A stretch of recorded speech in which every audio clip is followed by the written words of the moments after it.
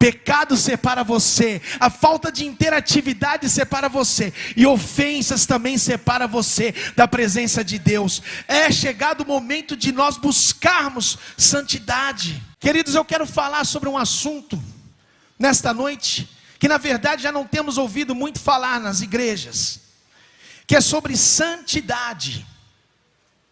O que nós temos ouvido falar nesses últimos dias é que posso tudo, toda forma de amor é válida, mas não é isso que a palavra de Deus diz. Nós temos visto nesses últimos dias, eu moro tantos anos nos Estados Unidos, eu fiquei muito feliz com algo que o pastor Diego falou aqui, que vocês prosperaram muito na pandemia. Nos Estados Unidos, na verdade a nossa igreja, ela foi de 1.000 e poucas pessoas para quase metade. Não estamos ouvindo as pessoas falar muito sobre santidade, mas o livro de Hebreus capítulo 12, versículo 14 diz o seguinte: seguir a paz com todos e a santificação, sem a qual ninguém verá o Senhor. Na carta de Paulo aos Hebreus, o apóstolo Paulo, ele aconselha e informa qual é o principal requisito para vermos a Deus. Esse requisito nada mais é do que a essência de Deus, pois ele é adorado pelos seres celestiais que inclinam-se todos os dias perante ele, dizendo: santo, santo, santo, santo é o Senhor dos exércitos. Mas as pessoas não estão mais falando de santidade. Deus é santidade em pessoa. Essa é uma pertinente exortação para os dias de hoje, que se abandonaram todos os princípios morais para dar o lugar ao sou livre e tudo é lícito. As pessoas estão se distanciando de Deus todos os dias e estão abraçando o mundo. Mas preste atenção, para ser santo existe um preço a ser pago. Muitas das vezes nós queremos os milagres, nós queremos as bênçãos, mas queremos viver de qualquer jeito. Você quer viver 2024, ano de vitória? Busque santidade, busque estar na presença de Deus e você vai ver a diferença. A santidade tem um preço. É renunciar a tudo que vem do mundo, é andar em santidade, é não se contaminar com as coisas deste mundo. Tiago 4:4 diz o seguinte: não sabeis que a amizade do mundo é inimizade contra Deus? Portanto, qualquer que quiser ser amigo do mundo constitui-se inimigo de Deus. Infelizmente, muitos já não estão buscando santidade. Foi feito um levantamento ali nos Estados Unidos, George Barna, ele faz alguns estudos no meio cristão. Os Estados Unidos é um país, nessa pesquisa foi levantado que 80% dos americanos se dizem cristãos, mas honestamente, apenas 4% dos americanos estão realmente servindo a Deus como deveriam servir. Eu quero que você abra a sua Bíblia agora no livro de Mateus, capítulo 24, versículo 9 a 12. Mateus, capítulo 24, do versículo 9 ao 12. Eu vou descrever um pouquinho a história antes de nós lermos. Aqui Jesus está com seus discípulos, eles estão ali perguntando, fazendo algumas perguntas para Jesus. Eles falam: Jesus, como será o fim dos tempos? Jesus disse para eles: ninguém sabe nem o dia e nem a hora, eu não sei, só o Pai sabe. Jesus diz uma coisa: haverá rumores de guerra. Nós temos visto guerra nesses últimos dias. Haverá terremotos. Haverá falsos profetas. Isso será o princípio das dores. Então Jesus, ele começa a conectar o fim dos tempos com a dor de parto. Tem alguma mulher aqui que já deu à luz? Dói pouco? Eu me lembro da minha esposa. Ela gritava. E Jesus aqui faz um paralelo entre o final dos tempos e a dor do parto. Acredito que nós estamos no início das dores de parto. Mateus 24, versículo 9 ao 12 diz o seguinte: então eles os entregarão para serem perseguidos e condenados à morte, e vocês serão odiados por todas as nações por minha causa. Naquele tempo muitos ficarão escandalizados, trairão e odiarão uns aos outros, e numerosos falsos profetas surgirão e enganarão a muitos. Agora eu vou frisar aqui, eu quero que você preste atenção. Devido ao aumento da maldade, o amor de muitos esfriará. Aqui Jesus está referindo-se aos últimos dias. O amor de muitos, na King James Version, na versão King James, fala a maioria, o amor deles se esfriará. Eu fico imaginando, eu só tenho uma avó que está viva ainda, mas eu fico imaginando ela olhando nos dias de hoje, tudo que está acontecendo, qual é a reação dela? Ela vive assustada, porque as coisas que nós estamos vendo, eu vi um crime que aconteceu aqui no Brasil, agora 4, 5 dias atrás, do homem que matou a mãe e 3 crianças, bárbaro. Nós estamos vendo o amor de muitos se esfriando.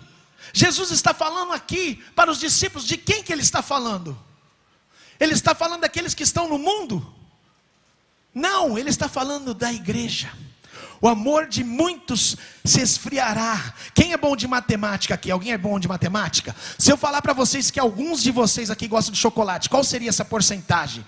Talvez 25%, 10%. Mas se eu falar metade das pessoas que estão aqui gostam de chocolate, qual seria essa porcentagem? 50% das pessoas que estão aqui. Mas se eu falar a maioria das pessoas que estão aqui gostam de chocolate, qual seria talvez essa porcentagem? 80%, 90%. Jesus está falando aqui, nos últimos dias, o amor de muitos, a maioria se esfriará. Preste atenção, nós temos visto aumento da maldade, a perversão que tem acontecido dentro e fora da igreja. Nós temos visto o amor pelo dinheiro. A idade média, é assustador isso, mas a idade média das crianças que estão tendo na palma das suas mãos vídeos pornográficos é de 7, 8 anos de idade. O amor de muitos está se esfriando. E não acontece de um dia para o outro. Isso acontece porque as pessoas estão deixando de buscar santidade. E não é uma mensagem, as pessoas querem ouvir só os milagres, só as bênçãos. Mas existe um preço a ser pago para que Deus possa abençoar as nossas vidas. E esse preço é a santidade. Isso precisa, deixa eu dar um exemplo para vocês. É como um relacionamento de casais. Casamento tem que haver investimento de ambas as partes. Quantos aqui são casados? Levanta sua mão se você é casado. Ou melhor, se você é solteiro, levanta sua mão. Olha quantos, eu vim aqui nesta noite porque eu senti que é para eu casar algumas pessoas aqui nessa noite. Você casa com aquela pessoa ali, olha, você lá atrás vai casar com ela. Não, estou brincando, gente. Mas levanta sua mão novamente se você é casado. Acima de 10 anos, levanta a mão, continua com a mão. 20, 30 anos, olha, tem algumas mãos levantadas aí. 35 anos, olha aí, ó. Olha, 30, 35, 40, tem 40 lá atrás. 41, 42, tem mão lá atrás ainda, 45. Olha aí, 45. Se eu perguntar para essa irmã, você já pensou em divorciar alguma vez? Você já pensou em matar o seu marido?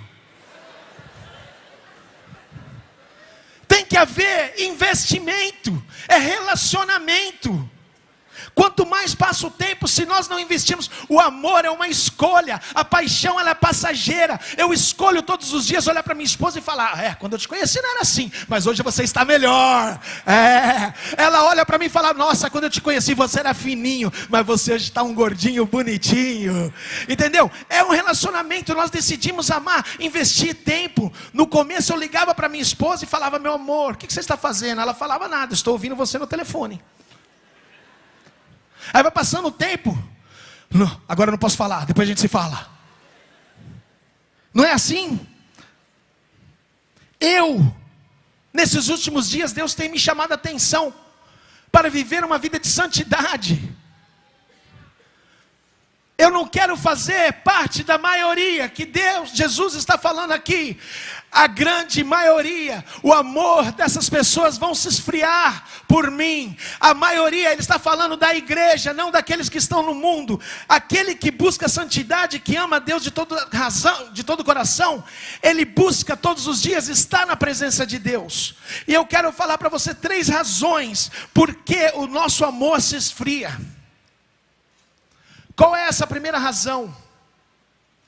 É o pecado. O que é pecado? Pecado é você colocar qualquer coisa antes de Deus.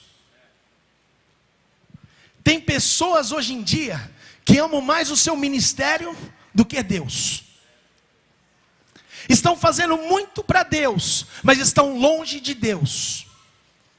E eu já fui uma dessas pessoas, até que eu tive realmente um encontro ali, perante aquela piscina, onde eu não podia fazer mais nada. Olhei para minha filha: Senhor, eu me arrependo dos meus pecados, tenha misericórdia de mim. Eu não quero viver mais da maneira que eu vivia. Eu quero olhar para as pessoas com compaixão. Presta atenção, muitos não têm mais compaixão pelo próximo.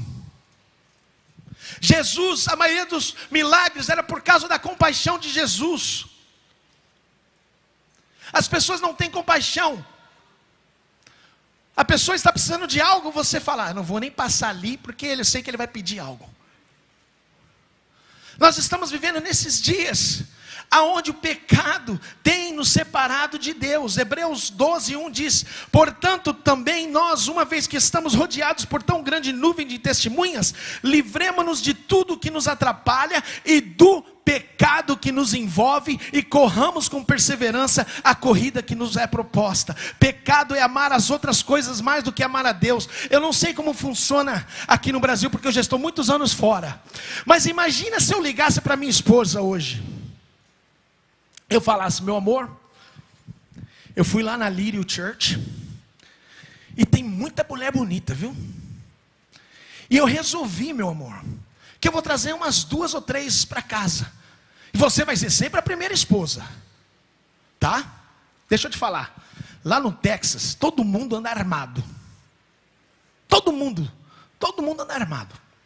Eu te garanto que a minha esposa ia emprestar uma arma e falar: pode vir, traz as suas outras esposas. Pode vir, que quando você abrir a porta, você também vai ter uma surpresa.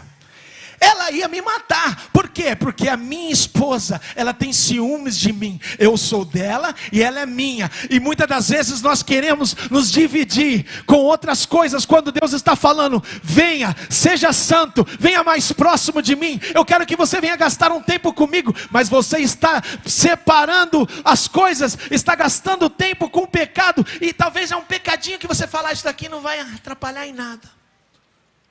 Mas não existe pecadinho e pecadão para Deus. Deus, o Deus que eu sirvo, Ele é um Deus ciumento, e Ele não vai dividir você com ninguém. A minha esposa nunca vai me dividir com ninguém. Uma outra coisa que tem separado as pessoas já não querem buscar santidade, não querem, o amor delas está se esfriando todos os dias, é a falta de interatividade com Deus. Se alimentam apenas do Instagram, se alimentam apenas do Facebook, não abrem mais suas Bíblias.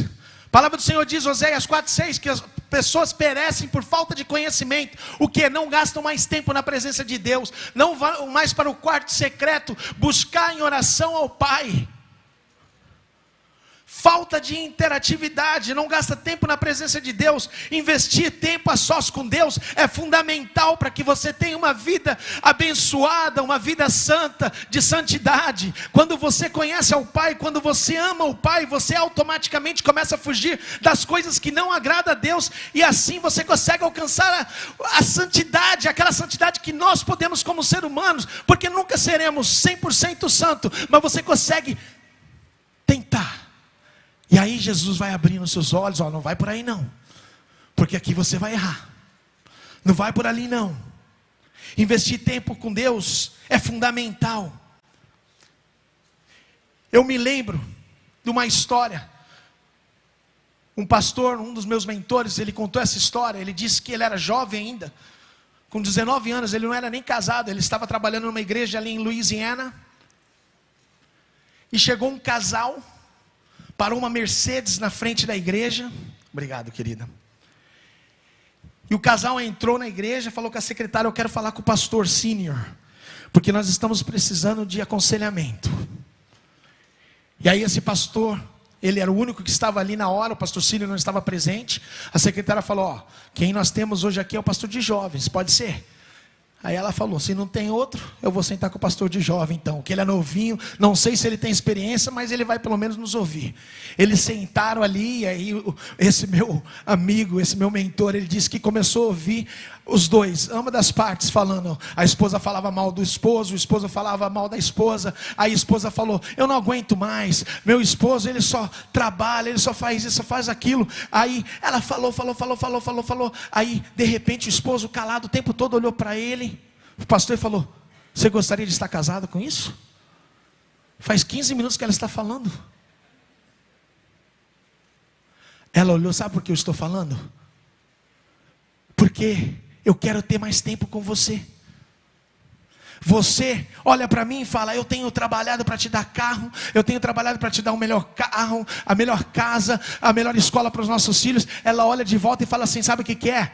Eu não estou pedindo nada disso, eu apenas quero gastar um tempo com você. Eu quero que a nossa família tenha um tempo de interatividade. Deus está olhando para você e falando assim: ah, você está correndo, fazendo isso, fazendo aquilo, e você não está tendo tempo com Deus. Deus quer gastar um tempo com você. Mas nós estamos tão ocupados com as coisas dos dias de hoje e deixamos de passar tempo com Jesus. Um certo agricultor estava um dia dirigindo o seu caminhão, e a sua esposa encostada na porta, ele aqui dirigindo, com a mão no volante. E aí sua esposa olhou e falou: eu me lembro 60 anos atrás, quando nós nos casamos. Você gostava de andar, dirigir com a mão no volante e a outra assim no meu ombro, me abraçando. Aí ele olhou para ela e falou assim: e por que a gente não faz isso hoje? Ela falou: não sei. Ele falou para ela: eu sei, porque você se afastou de mim. Porque eu continuo aqui atrás do volante. Eu continuo no mesmo lugar. Deus continua no mesmo lugar. Deus não se afastou de você. O que acontece é que muitas das vezes estamos ocupados com o dia a dia, com tantas coisas que estamos fazendo, que esquecemos de ter aquele momento íntimo com o Pai. Pessoas estão se afastando de Deus e não querem mais viver a santidade, porque falta interatividade com o Pai. Em terceiro lugar, pessoas que foram ofendidas de alguma forma, ofensas, promessas que foram quebradas, expectativas não atendidas. Talvez você orou pela sua mãe, ela estava enfrentando uma enfermidade, ela veio falecer e hoje você não quer mais ouvir falar de Deus. Expectativas, ofensas. Passa do lado do irmão, o irmão às vezes está com a cabeça, conta para pagar amanhã, não sei o que. O irmão não olha para você, não fala bom dia ou boa tarde. Não é porque ele tem maldade, ou porque ele está pensando algo de você. É porque às vezes ele não está nem percebendo que você está ali. Mas aí você já ficou ofendido: eu não vou mais naquela igreja, porque aquele irmão não olha nem para a minha cara. Isso te separa de Deus. Isso faz com que o seu amor com Deus se esfrie todos os dias. As pessoas estão vivendo assim nesses últimos dias. No livro de Marcos, capítulo 6, versículos 51 ao 53, Jesus, ele estava ali fazendo ministério com os seus discípulos, e chegou um momento que ele falou assim: agora nós vamos descansar, nós vamos comer, todo mundo está cansado. Aí de repente ele vê uma multidão, ele fala: calma aí, antes de nós descansarmos, eu tenho que ir ali ministrar para aquela multidão. E aí Jesus faz o milagre dos pães e peixes. E aí os discípulos depois entram no barco e começa o quê? Uma ventania, uma tempestade. E aí eles não entendem nada porque aquilo estava acontecendo ali. E aí Jesus vem andando sobre as águas, e eles se assustam, e a palavra de Deus diz o seguinte: que o coração dos discípulos, e subiu para o barco para estar com eles, e o vento se aquietou, e entre si ficaram muito assombrados e maravilhados, pois não tinham compreendido o milagre dos pães, antes o seu coração estava o quê? Endurecido. O que aconteceu? Jesus falou: nós vamos descansar, mas Jesus teve compaixão, falou: não, mas primeiro eu vou servir aqui. E eles estavam cansados. Quantas vezes nós julgamos as pessoas, pensamos algo daquela pessoa, e ela nem está, na verdade, se lembrando que você existe, e não é maldade, é porque ela está presa a alguma situação, alguma coisa que está acontecendo. Ontem foi um dia muito triste para minha família. Um amigo meu, seminarista, amigo do pastor Fernando, inclusive, se formamos juntos lá no Cristo para as Nações. Casou 5 anos atrás, voltou dos Estados Unidos, foi para Jocum lá em Curitiba. Agora, sua esposa engravidou, 9 meses de gestação. Ontem ela foi para o hospital para dar à luz. O bebê nasceu sem batimento cardíaco. Ela teve uma hemorragia e veio também a falecer.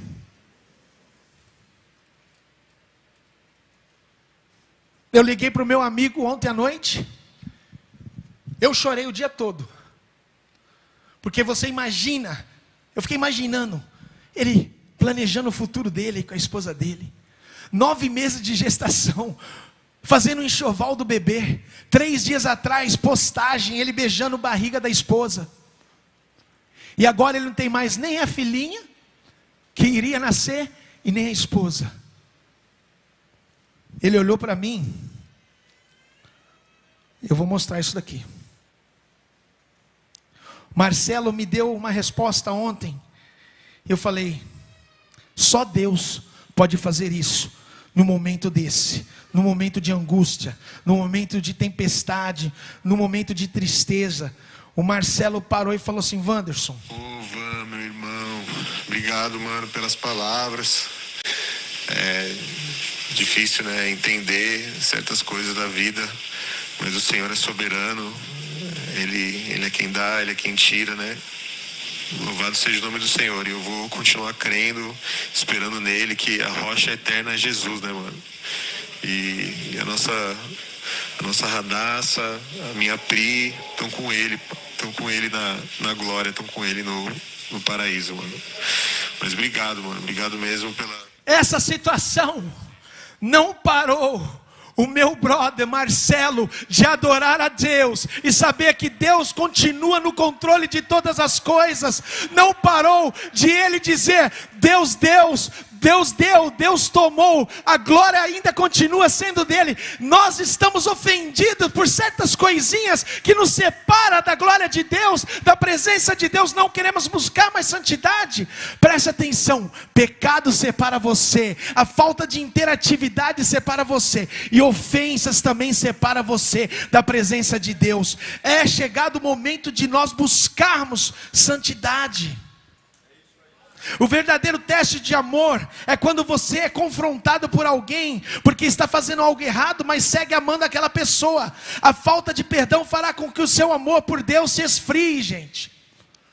Quantos não querem perdoar? Devemos nos lembrar algo, que aqueles que seguem a Jesus são chamados a um novo estilo de vida, a santidade. Esse evangelho barato que estão se pregando em muitos lugares, que pode tudo, pode viver a vida da maneira que você quer, porque não importa, você é já chamado de Deus, você é escolhido, e no dia final você vai para o céu. Presta atenção, quem sou eu para julgar? Mas a palavra do Senhor diz assim: sejais santos, porque eu sou santo.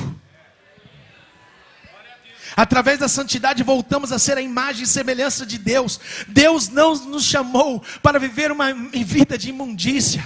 Deus não nos chamou para viver uma vida de impureza. Deus não nos chamou para viver uma vida de pecado. Ele nos chamou para a santidade. Deus é santo e exige uma vida de santidade. Não há outra opção para experimentar as maravilhas do Senhor, senão através de uma vida de santidade.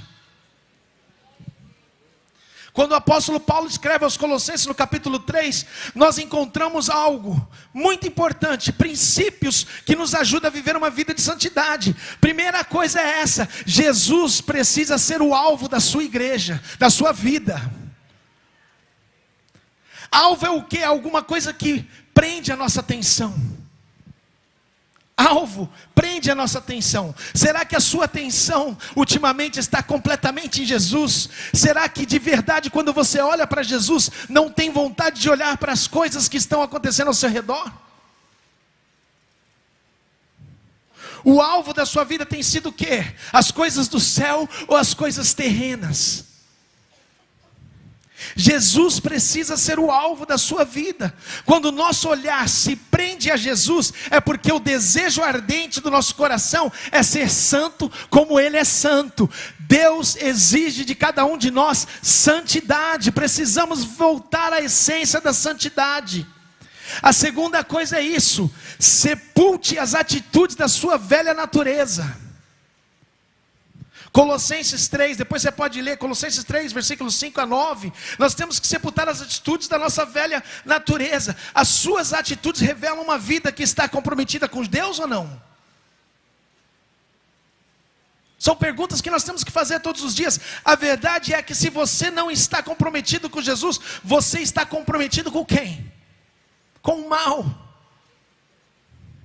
Não há meio termo. As suas atitudes revelam a glória e o caráter de Jesus, ou as suas atitudes estão revelando os prazeres desse mundo. Se as nossas atitudes não forem compatíveis com as coisas do céu, nada vai funcionar.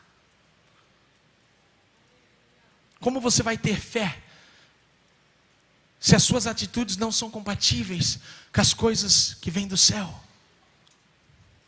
Como que você vai alcançar algo se você não está vivendo uma vida aonde Jesus fala: vamos morrer para viver para nós, para Deus? Se você já ressuscitou com Cristo, um novo caminho se abre para você. Você é uma nova criatura. E nós temos que refletir a nossa nova vida em Cristo. Colossenses 3, capítulo 3, versículo 10 a 17. Nós temos que refletir. O que é refletir? Refletir é espelhar. E espelhar é tornar igual. É apresentar uma imagem exatamente igual àquela que está na frente do espelho. Se você já ressuscitou com Cristo, uma imagem precisa ser vista através da sua vida. É a imagem de Jesus Cristo. A função dos refletores é jogar luz aonde há escuridão. Você deve ser um refletor. Aonde você chegar, você tem que iluminar. Você tem que trazer paz. Você tem que trazer alegria. Você tem que trazer esperança. Você tem que ver vidas transformadas. Deus tem chamado uma igreja santificada para esses últimos dias. Nós temos visto pessoas que estão comprometendo a palavra de Deus. Ha chegado o momento de nós sermos separados e não comprometermos a palavra de Deus. É tudo politizado hoje, tudo é levado para a política. Presta atenção, não importa direita, não importa esquerda, a palavra de Deus continua sendo a palavra de Deus. A santidade é necessária para que venhamos viver uma vida em abundância. Eu me lembro uma história de um vagalume que estava numa sala e ele estava voando. Voava para a direita, voava para a esquerda. Ele fugia rápido com medo de uma cobra que estava naquela sala. Fugiu um dia, fugiu 2 dias. No 4º dia o vagalume já estava sem força de fugir daquela cobra. Aí o vagalume olhou para a cobra e falou assim: posso te fazer 3 perguntas? A cobra falou: pode sim. Por acaso eu pertenço à sua cadeia alimentar? A cobra disse: não. Eu fiz alguma coisa para você? Não. Então por que você quer me comer? por que você quer me comer? A cobra respondeu: porque eu não suporto ver você brilhar. Alguém que não suporta ver você brilhando, refletindo a nova vida em Jesus Cristo, é o diabo. E ele quer que você venha perder, ele quer que você venha viver uma vida miserável. Mas quando você fala: não, eu vou buscar santidade, eu vou buscar realmente ser como Jesus é, eu vou realmente buscar fazer a diferença, eu vou ter compaixão. Gente, eu gosto de falar sobre compaixão, porque nós precisamos ter compaixão pelo próximo. Já não se existe compaixão. Compaixão ajuda você a buscar também santidade. Quando você faz algo para o próximo, Deus vê. Nós precisamos levar a sério esses princípios e voltar à essência da santidade. E assim nós poderemos experimentar as maravilhas do Senhor.